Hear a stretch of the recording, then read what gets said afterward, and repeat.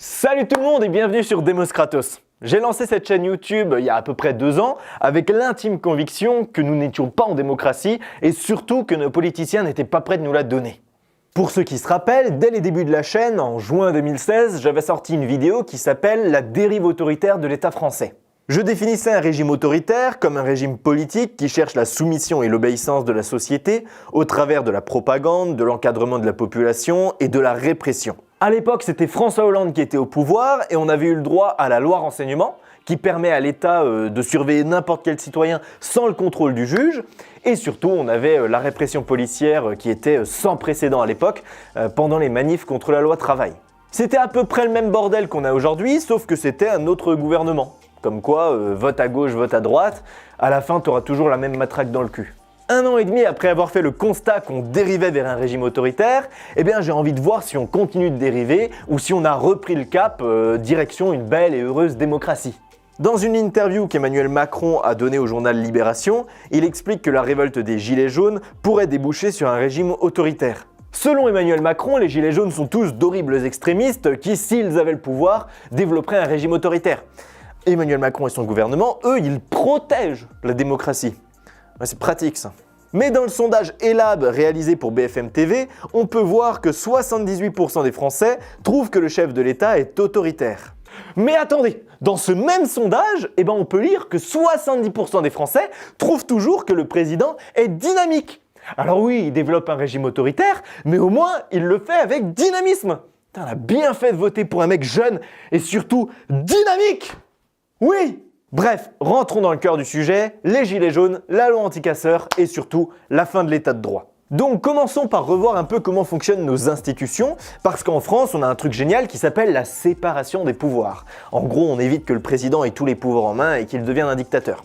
Pour ça, on a donné le pouvoir d'écrire les lois au Parlement, le pouvoir de faire appliquer les lois au gouvernement et le pouvoir de faire respecter les lois à la justice. Retenez bien cette séparation des pouvoirs entre législatif, exécutif et judiciaire, c'est la base de toute démocratie. Comme je l'expliquais dans plein de précédentes vidéos, en France, la séparation des pouvoirs est quand même assez théorique. Manuel Valls gouvernait à coup de 49.3 et Emmanuel Macron et Édouard Philippe gouvernent à coup d'ordonnance. En gros, ça veut dire qu'ils n'ont plus besoin du Parlement pour écrire, pour voter et pour faire appliquer les lois. Bon, il faut savoir que pour avoir le droit de gouverner par ordonnance, le gouvernement doit avoir l'autorisation du Parlement. Le problème de la 5ème République, c'est que les élections présidentielles et législatives arrivent à peu près en même temps. Ce qui fait que le parti du président est systématiquement majoritaire au Parlement. Donc, ils n'ont pas besoin de débattre avec les partis d'opposition. Ce qui, à mon sens, tue la démocratie parlementaire, qui pourtant est tellement chère à Emmanuel Macron. Bref, c'était la même chose sous Sarkozy, la même chose sous Hollande, la même chose sous Emmanuel Macron. Ce sera encore la même chose sous le prochain président, tant qu'on n'aura pas changé notre constitution. Il ne peut pas y avoir de démocratie sans séparation des pouvoirs. Et aujourd'hui, la séparation entre le pouvoir législatif et le pouvoir exécutif est plus que douteuse. Abordons maintenant le sujet de la répression policière. Alors, je vais volontairement en parler très peu, parce que c'est le sujet principal de la plupart de mes dernières vidéos. Donc allez les voir, ça s'affiche un peu partout, elles sont super cool, donc allez voir. Je dirais simplement que quand les citoyens descendent dans la rue pour demander le référendum d'initiative citoyenne, donc un outil somme toute démocratique, et que l'État leur répond en leur envoyant les CRS dans la gueule, ça veut tout dire de notre système politique.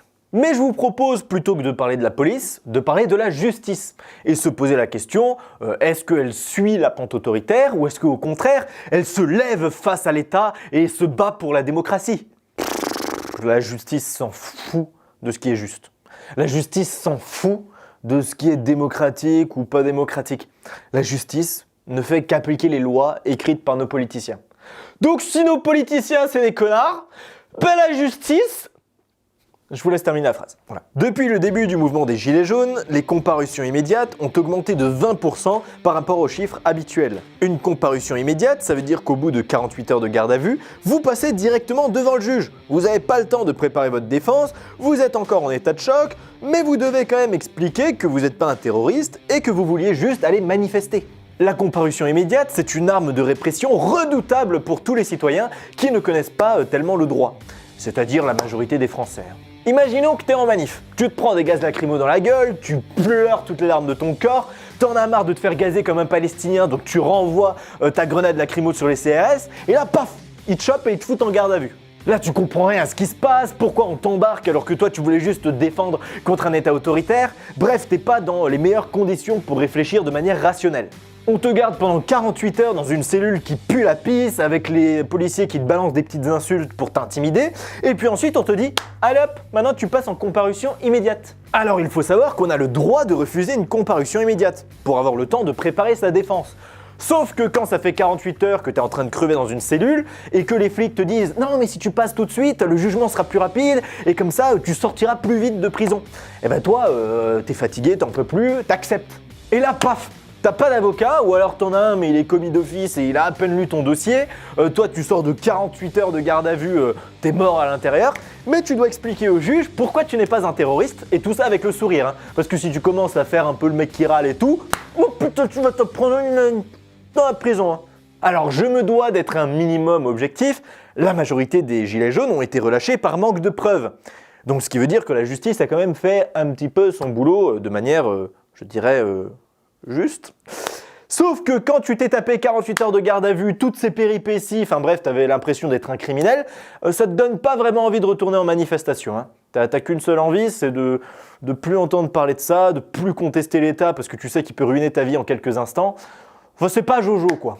Mais n'oublions pas quand même que beaucoup de gilets jaunes se sont pris des peines de prison et des milliers d'euros d'amende. Ces personnes vont pouvoir faire appel, ça veut dire demander un nouveau procès, et cette fois-ci ce sera des citoyens tirés au sort, les jurés, qui vont devoir décider de son innocence ou de sa culpabilité.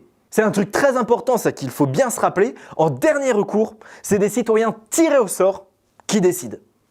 Notre système politique ferait bien de s'inspirer de notre système juridique. Rappelons quand même que la majorité des gilets jaunes qui se sont fait condamner n'ont pas fait appel. Pourquoi ? Parce que quand t'es traumatisé, t'as pas envie de revivre le procès, de devoir réexpliquer au juge que t'es innocent, etc. Tu fermes ta gueule, tu te replies sur toi-même, enfin, t'es traumatisé quoi. C'est comme quand tu te fais tabasser par les flics dans la rue, tu hésites quand même à aller au commissariat et à dire tout ça à des flics. C'est logique. Mais attendez, parce que tout ce que je vous ai dit là, tout le bordel, c'était jusqu'à aujourd'hui. Parce qu'il y a quelques jours, les parlementaires ont voté une loi anti-casseurs qui permet de monter d'un cran dans la répression contre les manifestants. Pour faire simple, cette loi va apporter 3 nouvelles choses. Premièrement, la possibilité d'effectuer des fouilles aux abords de la manifestation afin de confisquer les armes à destination. Ensuite, la création du délit de dissimulation du visage, passible de 15 000 € d'amende et de 1 an de prison. Et enfin, les préfets pourront interdire à n'importe quel citoyen de manifester. Je précise bien que c'est le préfet, donc le représentant de l'État, pas la justice, qui va pouvoir décider tout seul qui a le droit de manifester. Toi, t'as le droit de manifester, toi, t'as pas le droit de manifester. Benjamin, si t'es trop à gauche, t'auras plus le droit de manifester. Hein. Ah bah t'as fait le con, t'es anticapitaliste, gaucho, écolo, tu l'as cherché aussi à un moment. Il faut vraiment que vous compreniez la dangerosité de cette disposition. Pendant l'état d'urgence, on avait fait la même connerie. On s'était dit, non, on s'en fout du juge et de la justice. Ils sont chiants, ils vérifient, enfin c'est long, tu vois. On va donner tous les pouvoirs au préfet. C'est bien, on sera plus efficace. Et bien pendant la période de l'état d'urgence, les préfets nous ont pondu 700 interdictions de manifester. Si l'état d'urgence nous a appris un truc, bon là ça fait 2, mais un truc, c'est que prendre des pouvoirs à la justice, qui est une institution relativement indépendante, et de les donner aux préfets qui sont les représentants de l'État, c'est jamais très bon pour les libertés individuelles. Il faut bien comprendre que la dérive autoritaire, elle est beaucoup plus rapide et beaucoup plus probable si c'est l'État qui détient tous les pouvoirs que si c'est la justice. Même des députés centristes, donc pas des horribles gauchos, nous rappellent ça d'une manière assez intéressante. C'est un monstre juridique, puisqu'au fond, on réinvente ce qu'on appelait au XIXe siècle les classes sociales dangereuses, vous voyez, la présomption de culpabilité. Et ce texte est fondamentalement anticonstitutionnel, puisqu'une autorité administrative va priver un individu de sa liberté de circulation et de manifester au motif qu'il y a une présomption, bon, on va lui interdire des raisons sérieuses de penser, mais qui apprécie les raisons sérieuses, l'autorité administrative, allons-y, de penser que son comportement constitue une menace d'une particulière gravité pour l'ordre public. Mais où sommes-nous, mes chers collègues ? Mais c'est la dérive complète. On se croit revenu sous le régime de Vichy. Mais oui, mes chers collègues. Oui, je dis bien le régime de Vichy. Au final, je ne pense pas qu'on soit dans une dérive autoritaire. On est simplement dans un système libéral autoritaire. Libéral économiquement, mais cette liberté de l'argent est imposée de manière autoritaire. Qui que vous soyez, si vous remettez en cause la 5ème République, le capitalisme et le libéralisme, vous êtes un terroriste, un ennemi, et vous devez être à tout prix contenu. Pendant nos années de collège, de lycée et de fac, on a tous appris que le XXe siècle a été frappé par des guerres mondiales et des abominables dictatures. Eh bien ne croyez pas que l'histoire ne se répète jamais. Parce que nous, comme des cons, on dit que oh, ça c'est le passé, mais en démocratie c'est cool. Quand on fait un peu de prospective, donc l'étude du futur, eh ben on se rend compte que le futur est pavé d'un effondrement écologique, économique et donc politique. Mais cette fois-ci, c'est plus notre économie qui est à l'agonie, c'est toute notre civilisation. Donc quand on voit ce que les humains sont capables de faire quand une crise économique frappe leur pays, je vous laisse imaginer ce que les humains vont être capables de faire quand c'est toute leur espèce qui est menacée. Maintenant, la question la plus importante, c'est celle de l'insurrection. Comment est-ce qu'on se révolte pour sauver la planète et surtout les êtres humains qui vivent dessus? Parce que la planète, elle peut vivre sans nous à la limite. Comment faire pour vaincre un État autoritaire qui n'acceptera jamais de nous donner gentiment la démocratie? Comment faire pour éviter la justice qui collaborera bien évidemment avec les pires gouvernements qui sont à venir? Ne comptez plus sur les institutions pour vous protéger, formez plutôt des cercles de résistance. Moi, tant qu'il me sera possible de le faire, je réaliserai des vidéos pour nous former à la révolution. Nous vivons une période historique, nous vivons la fin d'une civilisation. Et je sais, réaliser ça peut faire déprimer. Même moi, je déprime au moins une fois par semaine. C'est pour ça que des fois, il n'y a pas de vidéo sur Demos Kratos. Totalement vrai en plus. Mais la fin d'une ère signifie aussi le début d'une nouvelle. Et c'est là qu'il faut puiser notre courage. Il faut trouver la force de vaincre le système actuel avec l'espoir de pouvoir construire un avenir meilleur. Donc ne perdons pas espoir, nous sommes légitimes à nous révolter. Nous sommes légitimes à demander la démocratie. Nous sommes légitimes parce que nous sommes le peuple. Merci d'avoir regardé cette vidéo jusqu'à la fin. Partagez-la un maximum pour remotiver les troupes et abonnez-vous à la chaîne parce que je vais réaliser plein de vidéos pour nous former à la révolution, nous former à la résistance, nous former à sauver tout ce qui pourra être sauvé. Allez, à bientôt sur Demos Kratos.